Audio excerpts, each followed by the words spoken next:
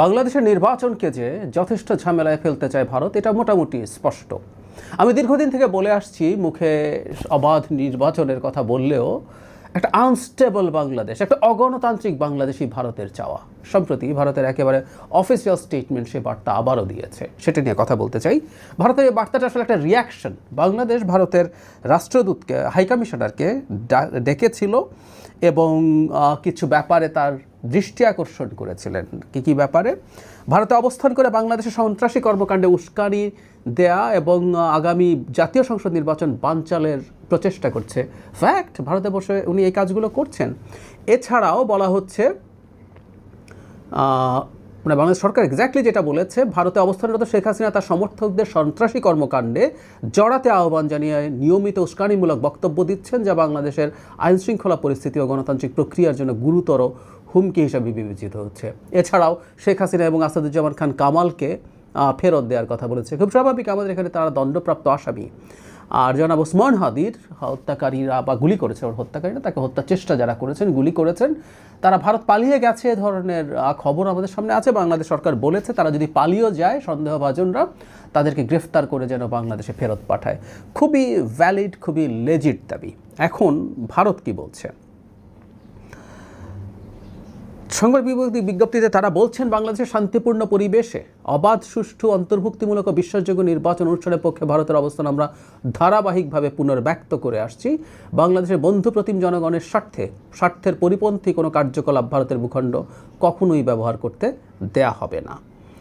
আর তারা সরকারকে বলছেন তারা যেন অভ্যন্তরীণ আইন শৃঙ্খলা রক্ষার জন্য পদক্ষেপ নেন। হ্যাঁ, আমরা নেব, আমরা ভারতের আশায় বসে থাকবো না।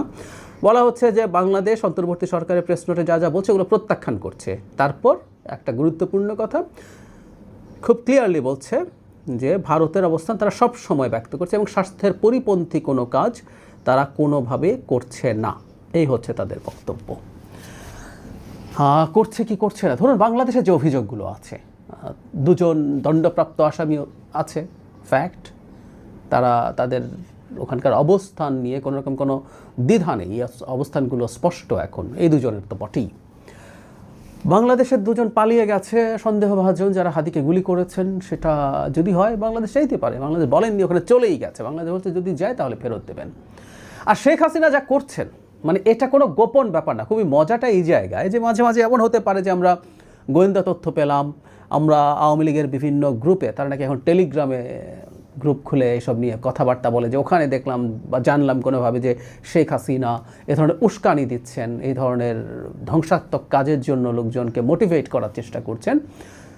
তাহলেও একটা কথা, আর ওই ডকুমেন্ট থাকলেও সেটা আমরা তুলে দিতাম। শেখ হাসিনা পাবলিকলি কথা বলছেন, খুব নিয়মিত, অলমোস্ট প্রতিটা ইস্যুতে কথা বলছেন। আওয়ামী লীগের পেজ এবং আওয়ামী লীগের নেতা জনাব আরাফাতের ইউটিউবে খুব রেগুলারলি সেগুলো আপলোডেড হয়, একদম public document. So Sheikh Hasina যে কাজটা করছেন, এটা নিয়ে তো কোনো রকম কোনো কনফিউশনের কিছু নাই। আমি কিছুদিন আগে একটা ভিডিও করেছিলাম যেখানে শেখ হাসিনার রায়ের পর ভারতের শ্রীরাধা দত্তর কথা, যিনি ভারতের একটা ইউনিভার্সিটি টিচার, এখন একসময় বিজেপি পরিচালিত পেছন থেকে একটা থিঙ্ক ট্যাঙ্ক বিবেকানন্দ ফাউন্ডেশনে তিনি সাউথ এশিয়ান ডেস্কের চেয়ার ছিলেন। তিনি তো নিজেও স্পষ্টভাবে বলছেন, কয়েকটা জায়গায়, কয়েকটা বিদেশি চ্যানেলে বলেছেন যে শেখ হাসিনা আসলে এইসব ধরনের ধ্বংসাত্মক কাজের, সহিংসতার উস্কানি দিচ্ছেন এবং সেগুলোর ফলে বাংলাদেশে গাড়ি পোড়ানো হচ্ছে, বাংলাদেশের মানুষ মারা গেছে গাড়িতে আগুন দেওয়ার ফলে। আমাদের সামনে এই ধরনের কনভারসেশন এসছে যে তারা ব্যবস্থা নিচ্ছে প্রতিশোধের। তখন উনি খেপে গিয়ে শেখ হাসিনা বলছেন যে মুখে বলতে হবে না, করে দেখাও। সব রকম কথাবার্তা আছে, সব রকম। বাংলাদেশের নির্বাচন বানচাল এবং ভণ্ডুল করার জন্য যে কোনো আহ্বান পাবলিকলি শেখ হাসিনা দিচ্ছেন, কিন্তু ভারত এটাকে ডিনাই করছে। আমি প্রায় একটা কথা বলে অনেক আগে থেকে বলি, মানে এই দেশটার পররাষ্ট্র নীতি দেখে আসলেই অবাক হই। মানে বাংলাদেশকে সরিয়ে রাখি, বাংলাদেশ নিয়ে যখনই আলাপ আসে একটা কথা বলে যে দেশের বেশিরভাগ লোক মুসলমান, তাদের হিন্দু বিদ্বেষ আছে। বাংলাদেশের মানুষের হিন্দু বিদ্বেষ কিছু মানুষের থাকতে পারে, গ্রোসলি এটা আমাদের ট্রেন্ড না।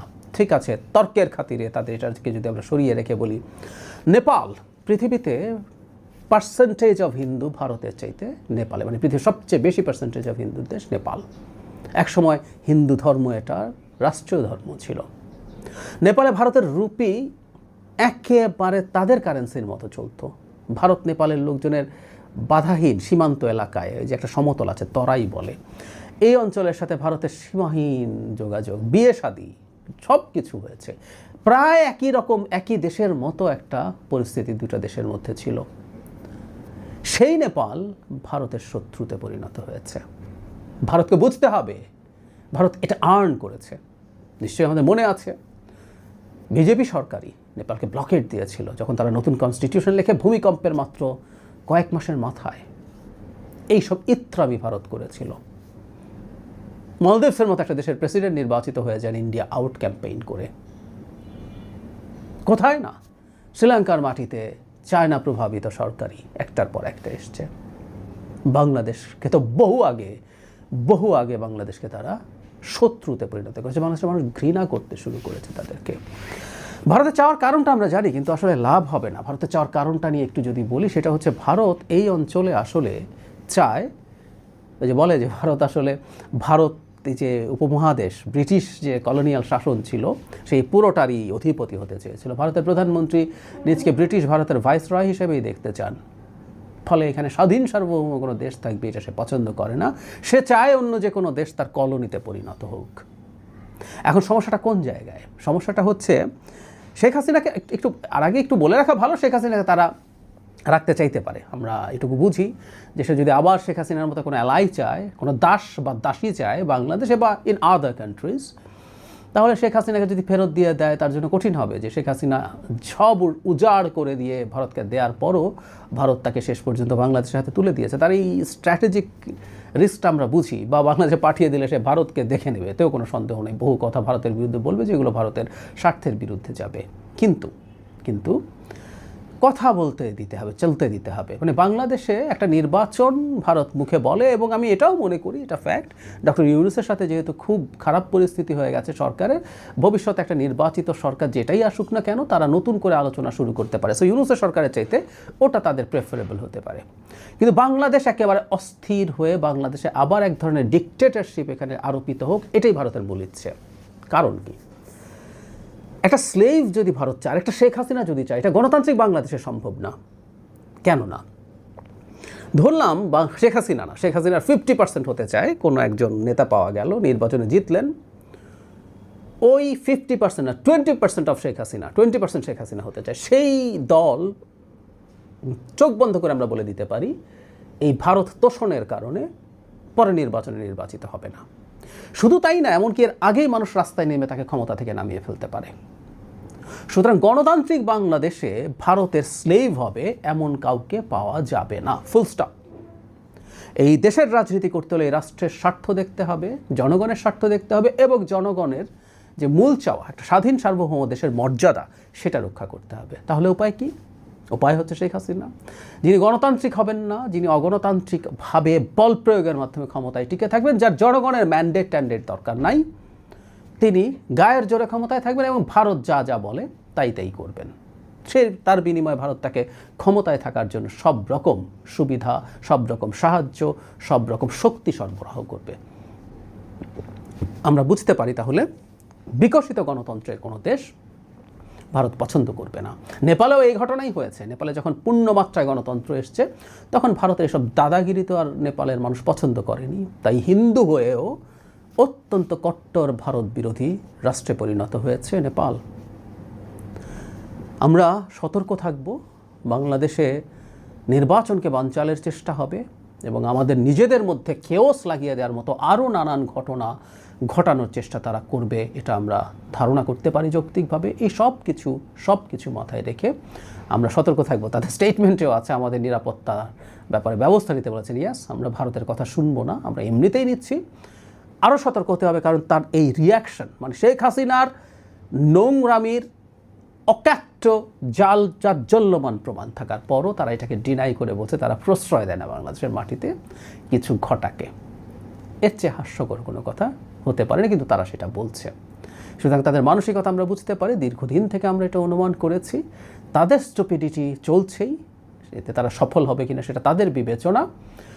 কিন্তু আমরা বলতে চাই আমরা আমাদের সতর্কতাগুলো রাখবো, এবং বাংলাদেশের সাথে, যদিও শেখ হাসিনার রায়ের পর তারা এক ধরনের পিপল টু পিপল রিলেশনশিপের কথা বলেছে এবং বেশ সফট একটা স্টেটমেন্ট দিয়েছিল, কিন্তু এই স্টেটমেন্টটা আবার মানে তাদের পছন্দ হয়নি, হয়তো তাদের হাই কমিশনারকে ডাকা একটু রিয়্যাক্ট করেছে। আমি মনে করি আমরা যদি শক্ত থাকতে পারি এখন এই সরকার তো আছেই, ভবিষ্যতের নির্বাচিত সরকারও যদি জনগণের স্বার্থ নিয়ে শক্তভাবে থাকেন, এবং আমরা জনাব তারেক রহমান বিবিসি বাংলাকে যে ইন্টারভিউ দিয়েছেন সেখানে ভারতের ব্যাপারে খুব ক্লিয়ার অবস্থান জানিয়ে দিয়েছেন যে জনগণের দিকেই তিনি থাকবেন ভারত প্রশ্নে। জনগণ কী চায় আমরা খুব ভালো মতো জানি, সুতরাং তিনি ভারতের শত্রুতে পরিণত হওয়ার সমূহ সম্ভাবনা আছে, এবং নির্বাচন হলে বিএনপি ক্ষমতায় আসতে পারে, এটা প্রায় নিশ্চিত। সেই সম্ভাবনা মাথায় রেখে সেটার ব্যাপারেও জনাব তারেক রহমানের প্রতি তাদের অনীহা থাকতে পারে, সবই আমরা জানি। কিন্তু আমরা আমাদের দেশ আমাদের মতো করে তৈরি করতে চাই, এবং ভবিষ্যতের সরকারগুলো, সেটা বিএনপি হোক বা আর কেউ, তারা যেন জনগণের এই জায়গাটা নিশ্চিত করেন। এটা যদি শক্ত থাকা যায়, ভারতকে একদিন তার জায়গা থেকে সরে আসতে হবে, কারণ বাংলাদেশ স্ট্র্যাটেজিক এবং বিজনেস পয়েন্ট অফ ভিউ থেকে ভারতের জন্য খুবই ইম্পর্টেন্ট। বিজনেস যদি সরিয়ে রাখি, strategic importance is very high. চায়নার ফুটপ্রিন্ট ভারত যেভাবে যদি না আসে, যে হারে বাড়ছে, ভারতের সামলানো আর কিছুদিন পর কঠিন হয়ে যাবে। সো আমাদের শক্ত থাকলেই আমরা জিতবো বলে আমি বিশ্বাস করি।